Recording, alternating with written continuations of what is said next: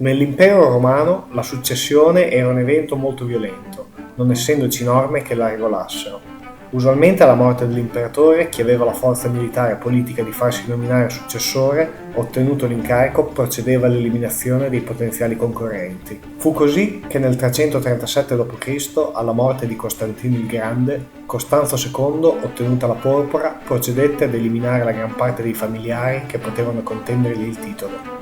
Sopravvissero solo i due fratelli con cui divise l'impero, cioè Costantino II e Costante, e due cugini bambini, Gallo e Giuliano. In seguito ad anni di lotte per il potere e usurpazioni, Costanzo nel 353 d.C. restò l'unico imperatore in carica delle due parti dell'impero e nominò il 6 novembre del 355 d.C. Giuliano Cesare d'Occidente, ovvero successore al trono della parte occidentale dell'impero. In quel periodo il popolo degli Alamanni stava compiendo incursioni in Gallia ed occorreva intervenire. Purtroppo Giuliano era un filosofo ed uno studioso e non aveva alcuna esperienza militare. Tutto sommato era un uomo risoluto ed impiegò l'inverno per studiare appunto l'arte della guerra sui libri di Cesare e Plutarco. A coadiuvare il Cesare vi era il generale Barbazione, che comandava il grosso dell'esercito, 30.000 uomini, di stanza in Italia, mentre Giuliano aveva al suo diretto comando un seguito di 15.000 soldati, acquartierati in Francia a Sens.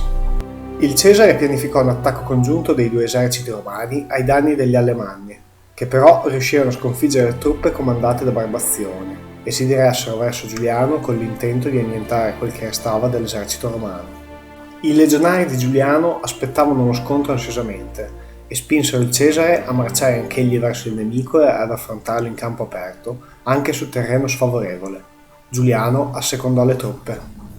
I due eserciti si affrontarono nel 357 d.C. presso Strasburgo. Giuliano disponeva di circa 13.000 fanti e 2.200 cavalieri. Va detto che tra di essi almeno un terzo pare fosse costituito da germani al servizio dell'impero.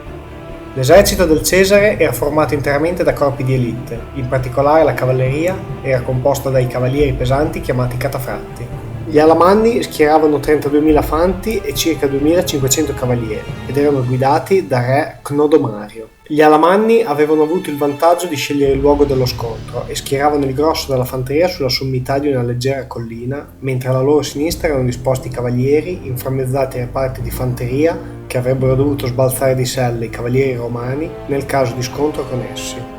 Alla destra dello schieramento, tra le sterpaglie, erano stati nascosti alcuni reparti di fanteria, pronti a tendere un'imboscata ai legionari. L'esercito romano combatteva coordinando efficacemente due linee di falangi di fanteria al centro, con le cariche dei cavalieri pesanti alla destra, supportati da unità miste di arcieri. La battaglia iniziò con l'avanzata degli eserciti e lo scontro delle cavallerie. Sembra che i romani, accortisi dell'imboscata preparata dagli Alemanni, non siano avanzati troppo ed abbiano aspettato la carica della fanteria barbara.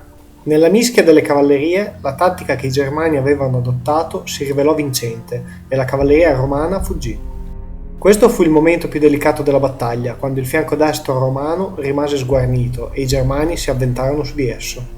Ma l'ala destra romana resse fino a che Giuliano non riuscì a riorganizzare personalmente la cavalleria e a rinviarla nella mischia.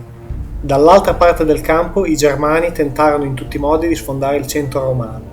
Perfino Cnodomario condusse un attacco con la cavalleria che aveva condotto contro l'ala destra romana, ma gli esperti ausiliari romani non cedettero. Quando finalmente attraverso una manovra di sfondamento gli Alamanni riuscirono a sfondare la prima linea romana, furono decimati dai legionari delle seconde linee.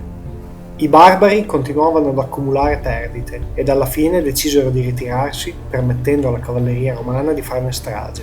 I romani persero circa 250 uomini, mentre gli Alamanni 6.000.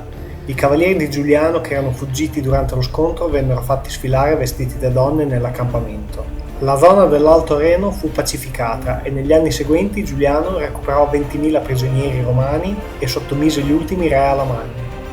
La pessima conduzione della guerra da parte di Barbazione gli valse la condanna a morte per tradimento.